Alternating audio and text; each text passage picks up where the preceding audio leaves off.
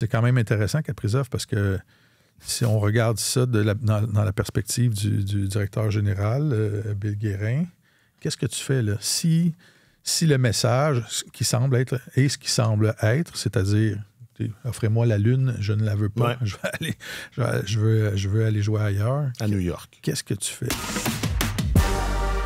Est-ce que tu te dépêches de l'échanger pour maximiser ce que tu peux aller chercher en retour, de dire à Kaprizov, écoute, tu as décidé de ne pas jouer ici, il doit y avoir un endroit où tu rêves d'aller jouer. Dis-nous quelles sont les 3-4 équipes où tu aimerais aller jouer, puis on va essayer de conclure une transaction avec la sortie d'une signature avec ta prochaine équipe, puis on va faire ça tout de suite. Permets-nous de ne pas encaisser cette perte-là. On a pris soin de toi depuis le début de ta carrière, tu as vécu des belles choses ici. Permets-nous au moins de sauver un meuble ou deux.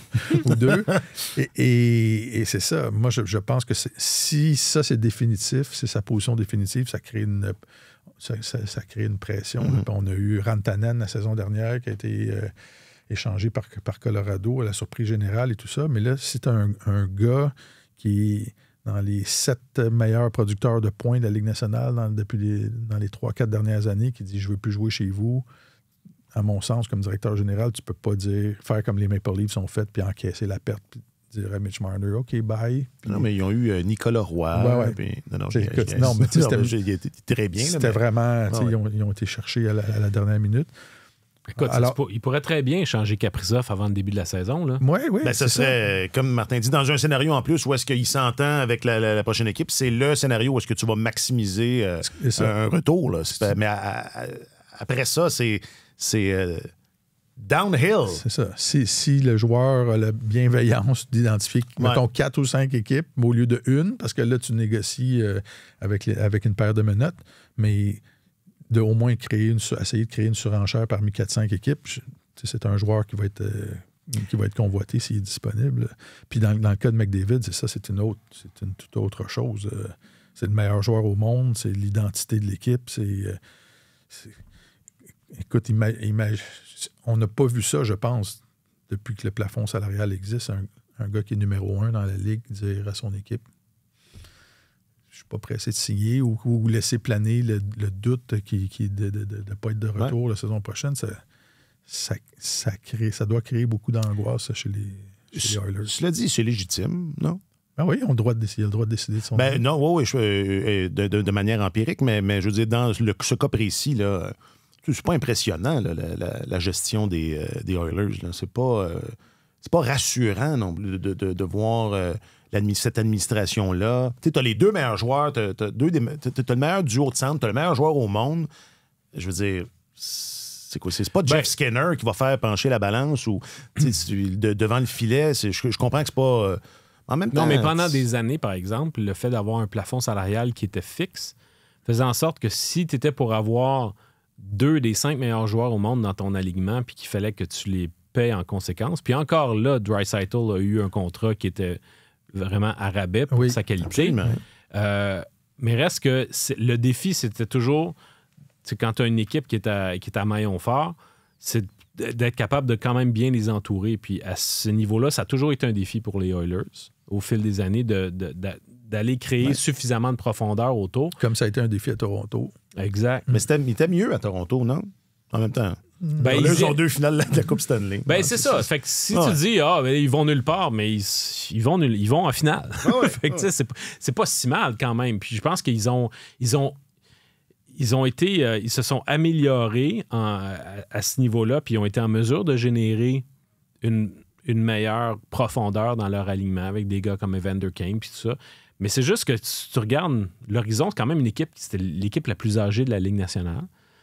Puis c'est pas comme s'il y a une tonne de jeunes vedettes qui s'en viennent aussi pour venir créer la nouvelle génération des Oilers. Fait que ça se passe là.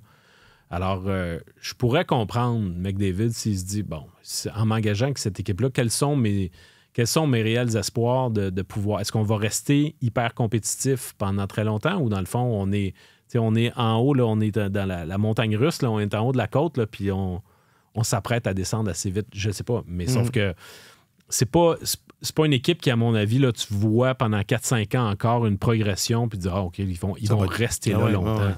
Et quand tu es dans la position de McDavid, tu regardes probablement pas ça dans la même position que McKinnon, qui a gagné une Coupe Stanley déjà, ou que Sidney Crosby, quand il en a gagné, quand il en a gagné 3, lui, il veut... Il y a la seule affaire. Il sait que c'est... Avec le statut qu'il a, regarde ses prédécesseurs, les grands joueurs de la Ligue nationale, il faut gagner la Coupe Stanley. Alors, on peut comprendre que ce soit une grande préoccupation pour lui. Absolument. Maintenant, est-ce que c'est au point où Elliot Friedman soulevait la question, puis je pense qu'elle est très bonne. C'est parce que si McDavid se rend au 1er juillet, là, c'est parce que là, c'est pas le temps là, d'aller chercher Pavel Zacha, ou je sais pas, je m'inspire des rumeurs que j'entends, mais je veux dire, et je prends langue montréalais, mais je prends langue montréalais, mais pour n'importe quelle langue, là, si t'es n'importe quelle organisation de la Ligue nationale de hockey, là, si ça se peut que McDavid soit disponible, là, et qu'évidemment que ça se peut que t'aies une équipe à lui offrir pour l'amener à réaliser ce qu'il veut réaliser, faut que tu te prépares, là, parce que ça c'est va vrai prendre... pour Kaprizov aussi. T'as beau le balayer du revers de la main, là, c'est quand même un des... J'ai dit, ça m'intéresse pas. Ouais. C'est quand même un des 10 meilleurs joueurs. Regarde. Oui. OK. Non. Mais dans les deux cas, c'est ça. Tu dis, OK, comment on peut aménager notre masse salariale? Est-ce qu'on va... On dépensera pas de l'argent tout de suite pour des joueurs de second niveau.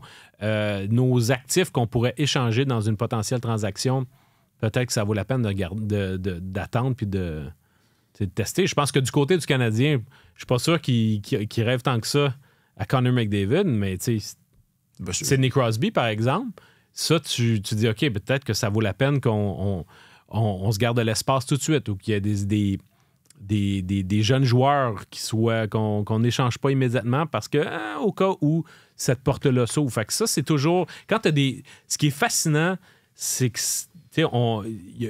la quantité de joueurs de haut niveau qui subitement là, sont dans le moulin à rumeurs, on n'avait pas vu ça depuis très longtemps. Puis, je pense que la Ligue nationale et l'Association des joueurs ont peut-être créé ça, cette période de perturbation-là, en annonçant plusieurs années d'avance où va se situer le plafond. Ouais.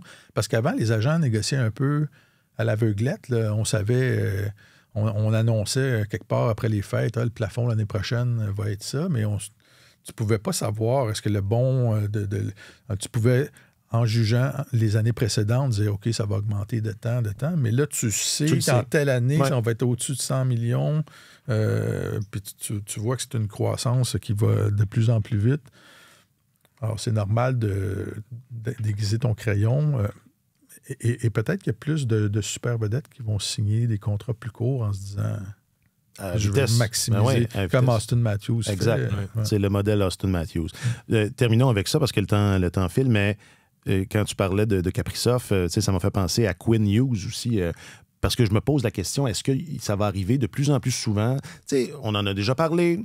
Le joueur de hockey moyen, c'est pas un animal c'est pas Austin Matthews. T'sais, Austin Matthews est un peu le contre-exemple de dire non, moi je vais signer 4 ans, puis dans 4 ans, je vais avoir un plus gros salaire. Ils sont plus insécures. Le gros contrat, on bouge pas. Ici, c'est correct, je reste ici. Mais là, il y a Kaprizov. Bon, McDavid, c'est autre chose, j'en conviens.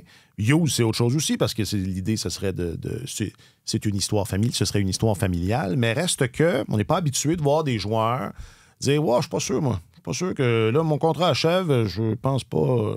Et ça met, comme ça met Bill Guerin dans une situation embêtante au Minnesota, ça met Rutherford puis Evelyn dans une situation embêtante à Vancouver.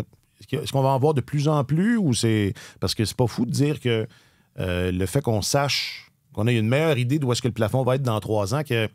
C'est ça, là, ça a un impact, là, assurément. Là. On va en voir de plus en plus parce qu'à mon sens, l'échange de Matthew Tkachuk contre Jonathan Huberdeau puis Mackenzie Weegar a vraiment lancé une mode ou du moins a éveillé les consciences sur le pouvoir de négociation qu'un joueur qui en est à sa dernière année en tant que joueur autonome avec compensation puis qui finalement peut déjà commencer à contrôler là où il veut aller, en disant, moi, si je signe à telle place, je ne deviendrai pas joueur autonome.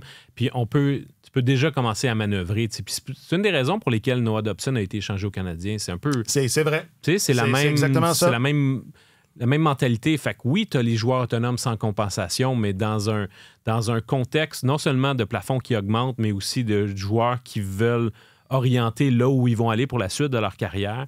La prise de possession de ton pouvoir de négociation quand tu as 25-26 ans et que tu arrives à tes dernières années de RFA, pour moi, ça a vraiment changé la donne dans les dernières années. Puis ça a commencé avec Matthew Tkachuk.